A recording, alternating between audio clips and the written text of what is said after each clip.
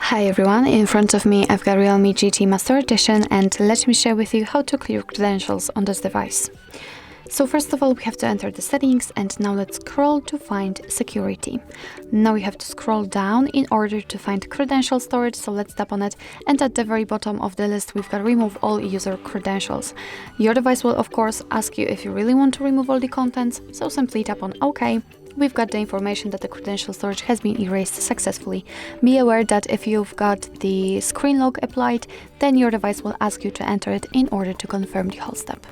So actually this is it. This is how to clear credentials in your Realme GT Master Edition. Thank you so much for watching. I hope that this video was helpful, and if it was, please hit the subscribe button and leave the thumbs up.